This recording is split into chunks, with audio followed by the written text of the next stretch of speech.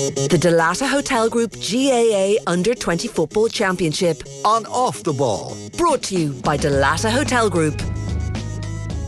Now, hello there. We're almost there in the Dalata Hotel Group All-Ireland Under-20 Football Championship. The final coming up on Wednesday night at the Athletic Grounds in Armagh. It's Tyrone against Louth for the All-Ireland title this year, and the coverage of the Dalata Hotel Group Under-20 Football Championship on Off the Ball is brought to you by Dalata Hotel Group #Difference Makers. And to reflect on the semi-finals and look ahead to the final, we're joined by the former Sligo footballer Neil Ewing. Neil, how are things? Hey Carl, how are things? How are you? All well, thanks, Neil. So we've had the two semi-finals, final to look forward to now. Maybe we could have at the outset picked one of the teams that had been the All-Ireland final in Tyrone, but Louth there as well. Yeah, brilliant scenes in Longford last Friday evening. Great game between two very talented teams. Came right down to the wire. It was a real shootout, even down to the last 10 minutes. Leads changing hands, 2-pointers, loads of drama, but something we've seen with Louth, maybe across the levels the last few weeks. We've seen it again Friday night.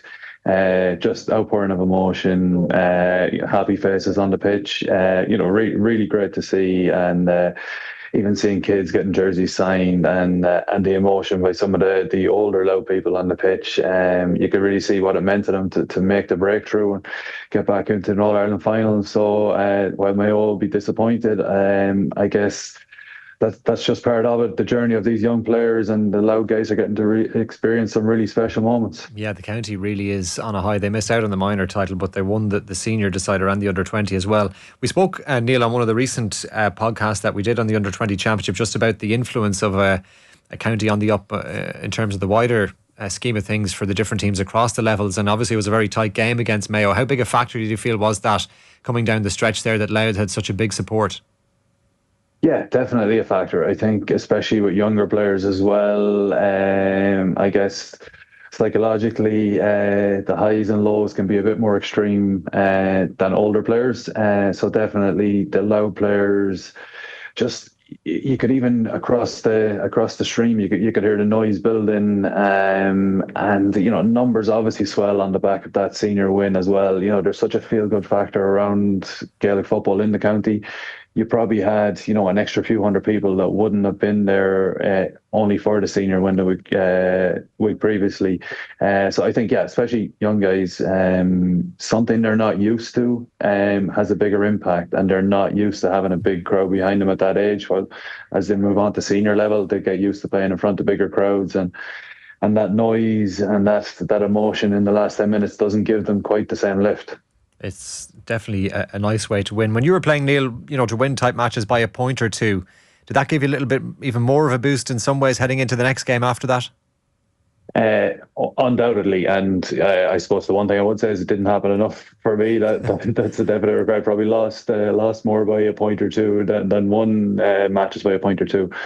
It's hard to explain, Carl. It's a feeling that if you could bottle it would probably be illegal. But the energy you get from squeezing through a tight game like that it's intangible but unbelievably powerful. And that's in terms of even the eye contact guys will have with each other on the pitch afterwards, and even I think it's the most satisfying feeling ever when you get a group that's come through a battle like that, just squeezed over the line, and they sit down in a dressing room to get tugged back in and get changed themselves.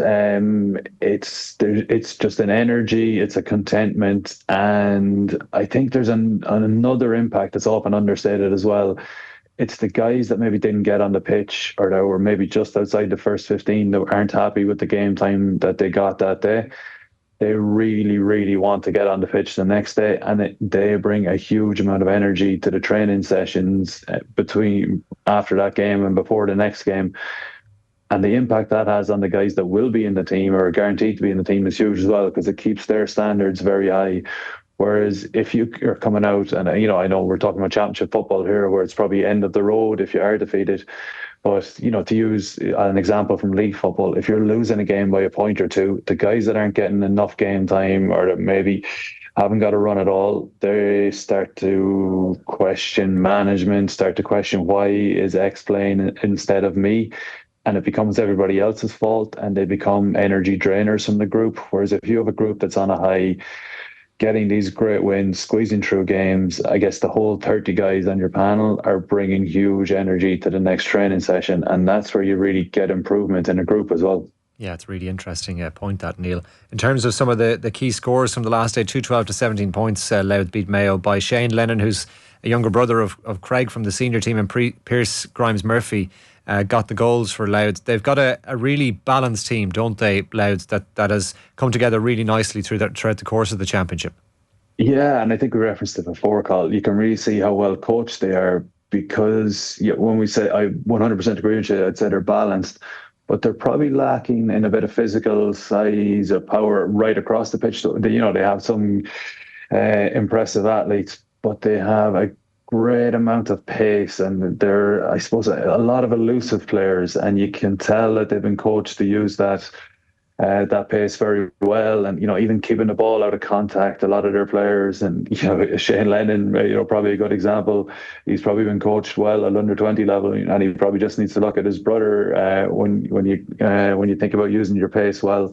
But yeah, they have that nice balance. A few bigger guys around the middle, and then they know when to use their pace and how to use their pace in terms of getting into that scoring zone and transitioning from defence to attack. And I think Ty McDonald in the half-back line, he was man of the match in the Leinster final, and we've seen the last day, even he took on that little bit of responsibility towards the end to make that run that set up the winning score.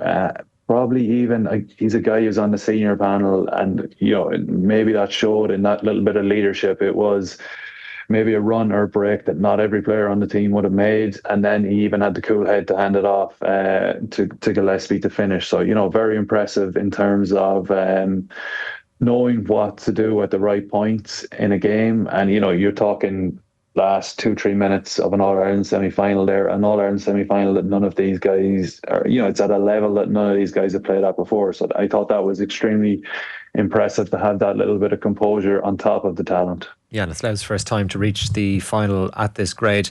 You mentioned about things going well and things having to go well for Louth, and it feels like they'll have to go really well for them in the final, because they're going to face a Tyrone team that looks on the crest of the wave, Neil, this year and in recent years as well. A county that's been going so well at this age grade. They got the better of Kerry again in their semi-final. Yeah, hugely impressive.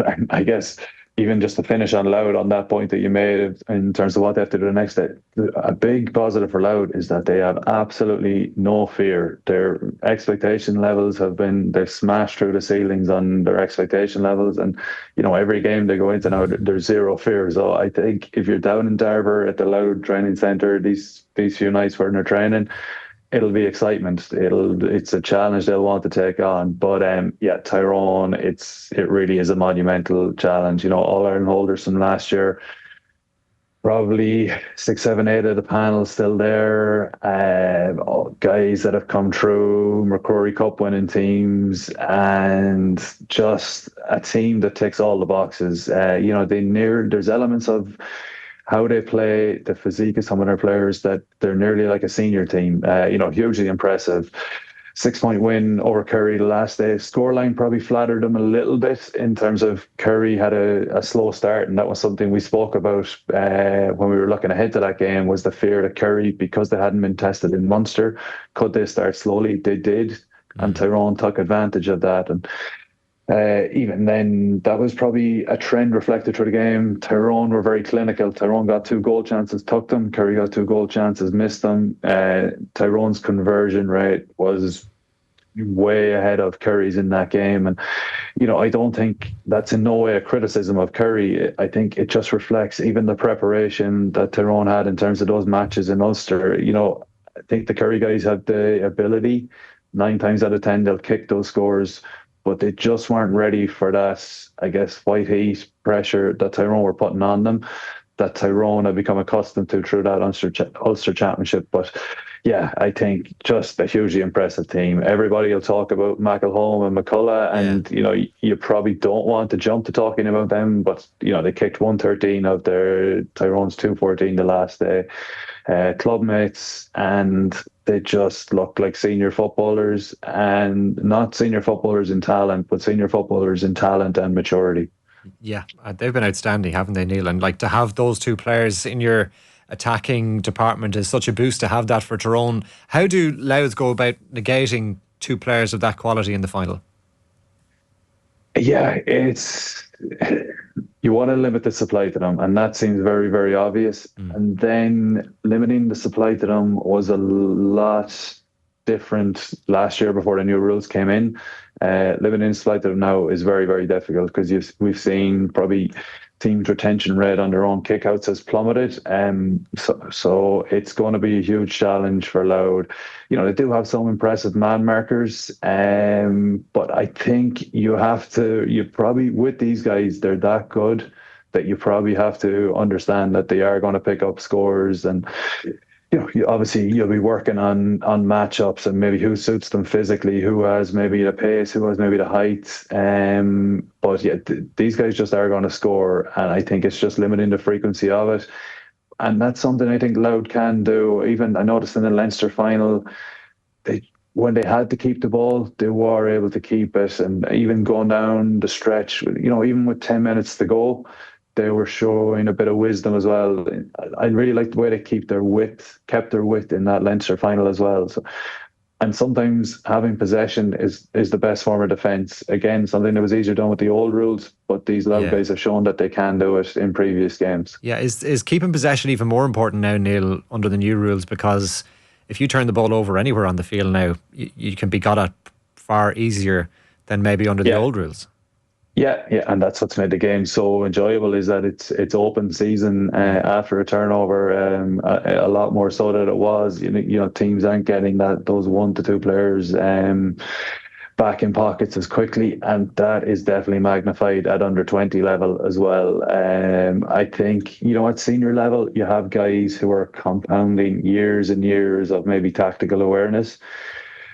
These under 20 managers are getting these players, some of them they may have had last year. Maybe, you talk maybe 25% of your panel you might have had last year, and you're adding 1 more year's experience onto them. Guys at senior level are adding a year onto 6, 7, 8 years experience.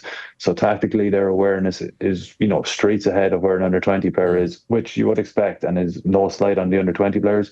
But because that like deep rooted tactical acumen isn't there in the under 20 players, it leads to a lot more chaotic games, which we've seen through this championship, and which has made it very enjoyable. And that's probably another thing that Louth are going to have to look out for. Tyrone proved in the Ulster final that they are at a level of tactical awareness, that they were able to slow the game right down. They were able to change their game plan from when they played Donegal in the group stages. And that under 20 Ulster final looked very like a senior game as well in terms of how it was played tactically. So Louth are going to have to be aware of that, that if they give the ball away, they might have to wait for quite a while to get it back, or they might be getting it back on their own kicking tee after conceding the score. And just on that point then, Neil, you mentioned the physicality. Do Tyrone have an advantage in that department, and does that give them a big advantage then when you speak about trying to win primary possession for Louth and how important that will be? Yeah, Tyrone, I think, definitely have an advantage of that. Conor O'Neill at midfield, he's probably a guy who at the start of the year a lot of people in Tyrone would have felt wasn't somebody who was going to be stepping into a senior panel in the next 2 to 3 years. And probably the discussion now is, is he someone that Malachy O'Rourke will look at in the coming weeks in the senior team? Matthew Quinn at wing forward, just athletic ability. That's a crucial factor in the way the game has been played for the last few years, particularly under the new rules. So, there's a few supreme athletes there that Tyrone have. So yeah, that's definitely going to ask Louth some questions on their own kick out. I think they have been impressive on their own kick out, but I don't think they've come up against a team with as many options to punish you on your own kick out or to dominate you on your own kick out. So I'm sure, again, if you're down in Darver this week or this weekend, there's going to be a lot of time being spent on retaining their own kick out, and then also probably, some, I suppose, get out of jail plans when they've lost 2 or 3 kickouts in a row, what they're going to do there. And I think the success of what they do on that this weekend in training is going to determine where they are with 10 minutes to go in this game. They need to, be in shooting distance with 10 minutes to go. I think they can be a serious challenge to Tyrone, but they need to be very wary that they're not dominant on possession and out of the game before that 10 minutes to go slot. And just on the mental aspect of their preparation, Louth as well, Neil. Obviously, Tyrone are going for, I think, their third All-Ireland in 4 seasons, Louth in their first ever final. Is there a feeling around Louth, do you think, will the message be driven into them that this is kind of a free shot heading in, that Tyrone are there to be taken down as the reigning champions? I don't think, not by management. I don't think it'll be driven into them that it's a free shot. The perception will be out there, I guess, among people in Louth. And the danger is with senior players, but particularly with under 20 players or underage players, is that the message that you're hearing for 60 minutes every 2 or 3 nights at training is, no, we're going to prepare for this game the same way we prepare for every game. We're not going to change what we do. These are our KPIs. This is what our focus is on. And that consistent approach, like management will be driving that into players at training. Free shot will not be mentioned at Louth training, but you have to remember that they spend 23 hours a day away from training, outside of those sessions, and it's everybody that they meet. And it's one thing, it's everybody that you meet on a normal week. You might start to get a feeling of, oh yeah, everybody in the county, and you won't acknowledge it, but you might start to get a feeling everybody in the county think this is a free shot for us. But on the week leading up to their first ever All-Ireland final, there is like a huge percentage of people that probably wouldn't have even, lingered for a conversation with them after saying hello. They will now want to have a conversation with them. And people who probably don't even have a deep knowledge of football will also want to have conversations with them.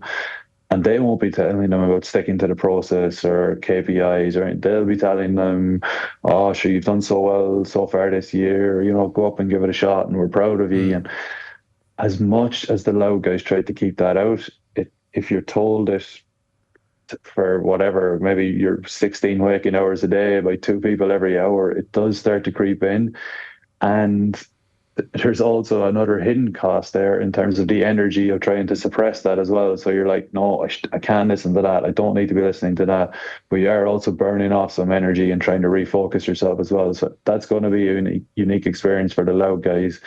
And Fergal Reid and his management team, they've done it unbelievably well so far this year, but they're going to have a job in their hands. And I'd imagine they'll probably even try and counteract that by spending a lot of time, as a group this weekend as well. And that helps, because I guess if you're one of those Louth players, you're counting down the hours to this game next Wednesday. It's such an occasion for yourself, for everybody in the county, and the time goes a lot quicker when you're distracted by football or being together with the group. And the only messages that you really want to hear are the messages that are in that group. So I'd imagine they've a fair bit of time together planned this weekend. And the occasion itself, Neil, should be great. A Wednesday night final in a great venue at the Athletic Grounds in Armagh is probably unique in some ways, but that should lend itself to a great conclusion to what has been a really enjoyable championship. Yeah, and I suppose it's something that's garnered a lot of discussion, having a midweek final at under 20 level. And I can see both sides of the story, to be honest with you. A lot of people say this should be a standalone fixture on a weekend. But I guess what we've done with the senior season and the split season club and intercounty level is really making it impractical. And you probably, maybe you can get a year where you're going to be lucky where 2 teams end up in a final that have guys only on the fringes of a senior panel or not involved with senior panels. But it's very unlikely, given you're talking about the best under 20 players in the country. GA probably got a little bit lucky with this one in that it's allowed Tyrone final. So, a halfway point between the 2 counties isn't a huge distance for supporters, players, parents to travel on a midweek night. There is something special about the Athletic Grounds in Armagh, and maybe that's a reflection on the great support that the Armagh seniors have and the passion and the colour and the noise that they bring to the Athletic Grounds. But no, it's kind of, I don't know, I just feel it's sunken a little bit, not to the extent of Breffni Park where you have that real bowl effect, but there is a little bit of that going on in the Athletic Grounds, and it creates, a little bit of a cauldron. Definitely adds to the atmosphere. You have a Tyrone support base who are passionate. It's a very short journey for them. They will travel with a lot of expectation. And then you have a loud support base who would go anywhere at any time to watch a loud football team playing this summer. And, again, a short spin up the road for them. And I think even that's kind of twilight football, it adds to the atmosphere as well. You're probably going to have floodlights on at the end. And yeah, it should be a really special occasion. I would love to see it, having its own day and a weekend, but just with the way the senior season in at the minute, even if you did squeeze it into a weekend, it's going to get overshadowed in terms of coverage by the senior games on that weekend as well. So while I don't think it's ideal that it's a midweek final, I think given the location of both counties, given Armagh as a venue close to both of them as well, I think it could work brilliantly. And then for TG4, they've covered this championship unbelievably well so far over the last number of months, and it gives them just a free shot with no other distractions midweek next week. So I think it's going to be an occasion for anybody that can get there to savour, and for anybody to go watch it on TV. There's going to be great colour and great excitement and no distractions. Yeah, absolutely. So just before we finish then, Neil, in terms of how you see this one going, or who you view as favourites heading in, what are your thoughts around that? Listen, Carl, I'm a big fan of the underdog. I would always shout for the underdog. I would love to see Louth do it. I think they have the talent to do it. I think they need absolutely everything to go well. I think they need to be innovative in their preparation in terms of how they retain possession when they have it in open play, but particularly from the kick out, as we spoke about earlier. But this Tyrone team, they just have so much about them. They have all the talent, physically, tactically, technically, they're ticking all the boxes there. Psychologically, there's no brittleness. And then after coming through that Ulster Championship, after beating Kerry, they're tested in every sort of condition possible, or every sort of opponent possible. And I just struggle to see Louth having enough in their armoury over 60 minutes. I think Louth can be very competitive for a long time, and I really would love to see them right in the game with 10 minutes to go. But even if they get to that point, I just think Tyrone have too much right across the pitch, and they're going to catch them down the road if it comes to that. Well, let's see how it'll all pan out. Neil, thanks very much for joining us. The Dalata Hotel Group GAA Football All-Ireland Under-20 Championship is brought to you on Off the Ball by Dalata Hotel Group, #Difference Makers. And just to give you that fixture again, it's Louth against Tyrone in the All-Ireland final for 2025. It takes place at the Athletic Grounds in Armagh next Wednesday night, and throw-in is at 7:30. But for now, Neil, thanks very much for joining us. Thank you very much, Colin. The Dalata Hotel Group GAA Under-20 Football Championship on Off the Ball. brought to you by Dalata